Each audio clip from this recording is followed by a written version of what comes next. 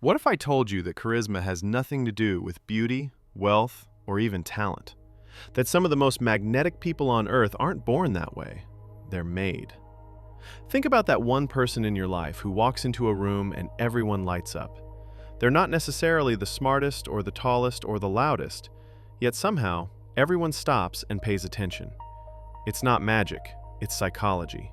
And the weirdest part? You might already have everything you need to become one of those people. You just haven't unlocked it yet. Welcome to MindShift, where we explore the science behind the human experience. Today, we're uncovering the secret psychology of charisma and how subtle shifts in your behavior, body, and mind can make you unforgettable. Let's start with a myth buster. Charisma is not something you have or you don't. It's not reserved for Hollywood stars, TED Talk speakers, or that one friend who somehow makes eye contact feel like a warm hug. In fact, charisma is a set of learned behaviors rooted in connection, confidence, and something deeply human: presence. Here's the key. Charisma isn't about you. It's about how you make others feel. That's the psychological anchor. People don't remember your outfit or your clever phrases. They remember how you made them feel in your presence. If you can make someone feel seen, heard, and valued, you'll leave an imprint bigger than any big speech ever could. Let's explore why. First, your brain has mirror neurons. These are special cells that fire off both when you act and when you simply observe someone else acting. They're the reason you wince when someone drops a heavy object on their foot or smile unconsciously when someone else smiles. When you're around a charismatic person, someone warm, engaged, confident, your mirror neurons light up, and your brain reflects those same positive emotions back to you. That's why you feel good around them. They're basically emotional Wi-Fi routers. And here's the surprising part. Research shows that warmth and sincerity are more important than confidence or extroversion when it comes to charisma. Think of Mr. Rogers, who was quiet, soft-spoken, and yet deeply, almost magically charismatic. It wasn't because he was loud or outrageous. It was because he was fully present, fully kind, and fully real. That's one of the secrets of charisma. It's not acting like you're better. It's acting like the person in front of you already matters. Okay, fun fact time.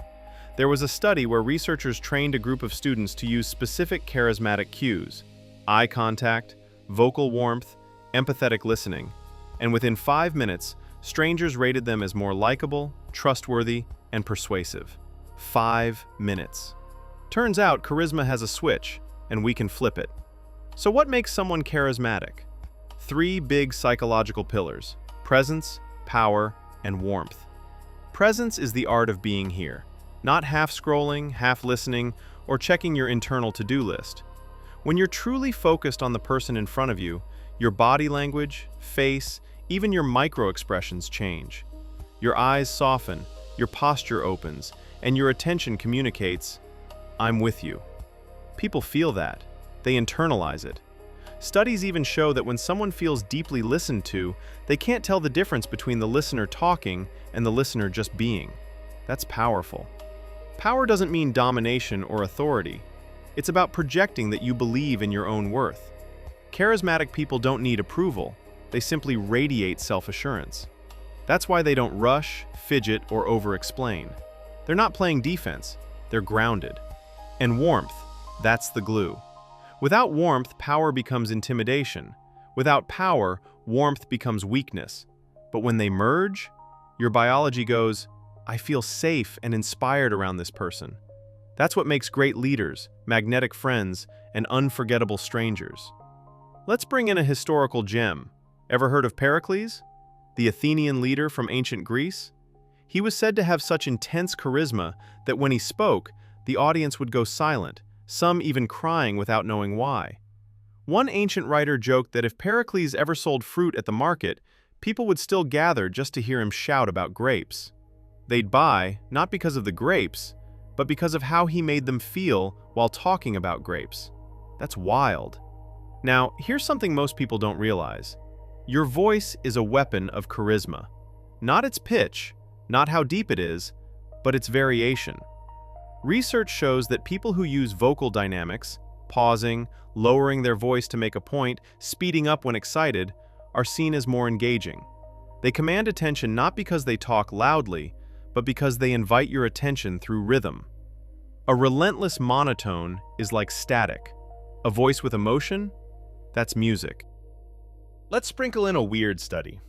In 2014, psychologists found that people can judge someone's charisma just from hearing them say the word hello. Think about that. It's not what we say, it's how we say it. That's why a charismatic person can make ordering coffee sound like a TED Talk. But here's the twist. Charisma can be faked, but only briefly. If you're pretending to care, pretending to listen, pretending to be confident, your body will leak the truth. Your micro-gestures betray you.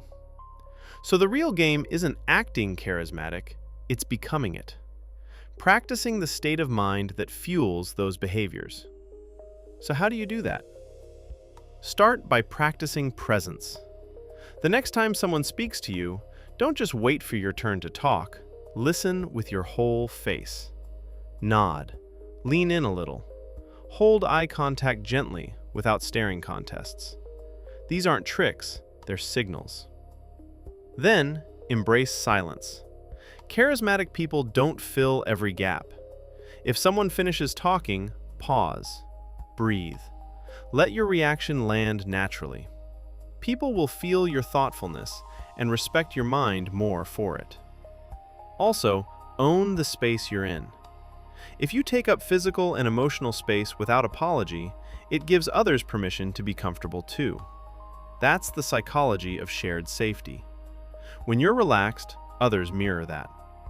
And finally, humor. Not jokes, not being the class clown, but genuine, warm, accidental humor.